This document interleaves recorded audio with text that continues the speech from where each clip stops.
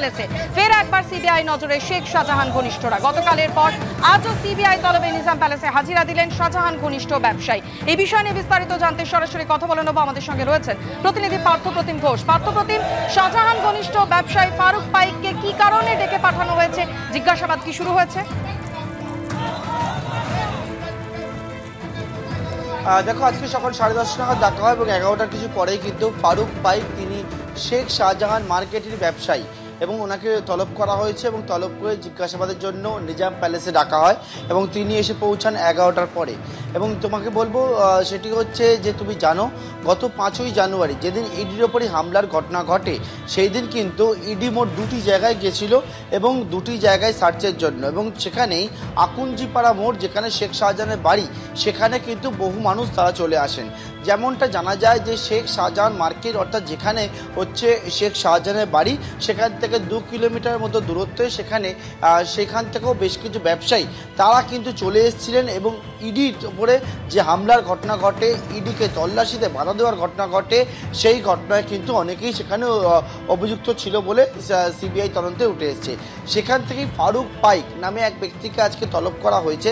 তিনি হচ্ছেন শেখ শাহজাহান মার্কেটের ব্যবসায়ী এবং শেখ শাহজাহানের ঘনিষ্ঠ বলে পরিচিত, এবং সেই ফারুক পাইককে গতকালকে সিবিআই তরফ থেকে নোটিশ সার্ভ করা হয়। আজকে সিবিআই দপ্তরে আসতে বলা হয় এবং সেই মতোই আজকে 11টার কিছু পরে ওই শেখ শাহজাহান মার্কেটের ব্যবসায়ী ফারুক পাইক তিনি এসে পৌঁছেছেন সিবিআই দপ্তরে। মাধুরী, এই জিজ্ঞাসাবাদে আর কি তথ্য সামনে আসে সেদিকে নজর থাকবে। ধন্যবাদ পার্থপ্রতিম।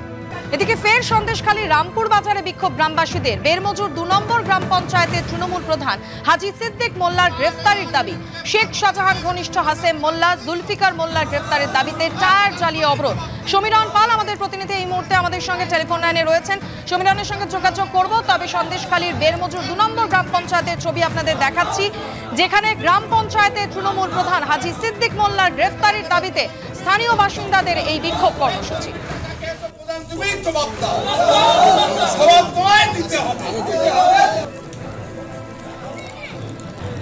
সমীরণ পাল আমাদের প্রতিনিধির সঙ্গে রয়েছেন টেলিফোন লাইনে। সমীরণ, এই মুহূর্তে এলাকায় কি পরিস্থিতি, স্থানীয় বাসিন্দারা কি অভিযোগ করছে? এই মুহূর্তে এলাকায় কিছু উত্তেজনা রয়েছে। ঘটনাস্থলে পুলিশ পৌঁছে, যেহেতু রামপুর বাজার এটা উত্তেজনাপ্রবণ এলাকা এবং যেখানে প্রায় প্রতিদিনই বিক্ষোভ রয়েছে গ্রামবাসীদের, এবং তাদের একটাই অভিযোগ যে বেরমজুর 2 নম্বর গ্রাম পঞ্চায়েতের তৃণমূলের পঞ্চায়েত প্রধান হাজি সিদ্দিক মোল্লা এবং তার অনুগামীরা যেভাবে গ্রামবাসীদের উপর অত্যাচার করেছে, তাদের জমি কেড়ে নেওয়া হয়েছে, তাদের নানা রকম সরকারি সুযোগ সুবিধা থেকে বঞ্চিত করা হয়েছে, তার প্রতিবাদে তারা বারে বারে সরব হয়েছেন। আজকে সকালেও তারা রামপুর বাজারে তারা বিক্ষোভ দেখিয়েছেন এবং টায়ার জ্বালিয়ে বিক্ষোভ, এবং সেই বিক্ষোভ সামাল দিতে পুলিশকে পর্যন্ত আসছে, এবং তারা হাজি সিদ্দিক মোল্লা সহ তার অনুগামীদের গ্রেপ্তারের দাবি জানিয়েছে। তুমি জানো যে একে একে শেখ শাহজাহানের অনুগামীরা গ্রেপ্তার হতে শুরু করেছেন, এবং এলাকার মানুষের বক্তব্য, যতক্ষণ না এই সমস্ত যারা শাসক দলের নেতারা যারা তাদের উপর অত্যাচার চালিয়েছে তাদেরকে যতক্ষণ না গ্রেপ্তার করা হবে, এই অত্যাচার চলবে এবং দীর্ঘদিন ধরে তারা বঞ্চনার শিকার হয়েছে, এবং তাদের জমি ফেরত দিতে হবে, তাদের সমস্ত সুযোগ সুবিধা ফিরিয়ে দিতে হবে। এই দাবিতে আজকেও তারা বিক্ষোভে সরব হন এবং রাস্তার উপরে তারা টায়ার জ্বালিয়ে বিক্ষোভ দেখান। ধন্যবাদ সমীরণ। পরিস্থিতির দিকে নজর রাখো। সন্দেশখালীর বেরমজুর গ্রাম পঞ্চায়েত এলাকা এখনো উত্তপ্ত।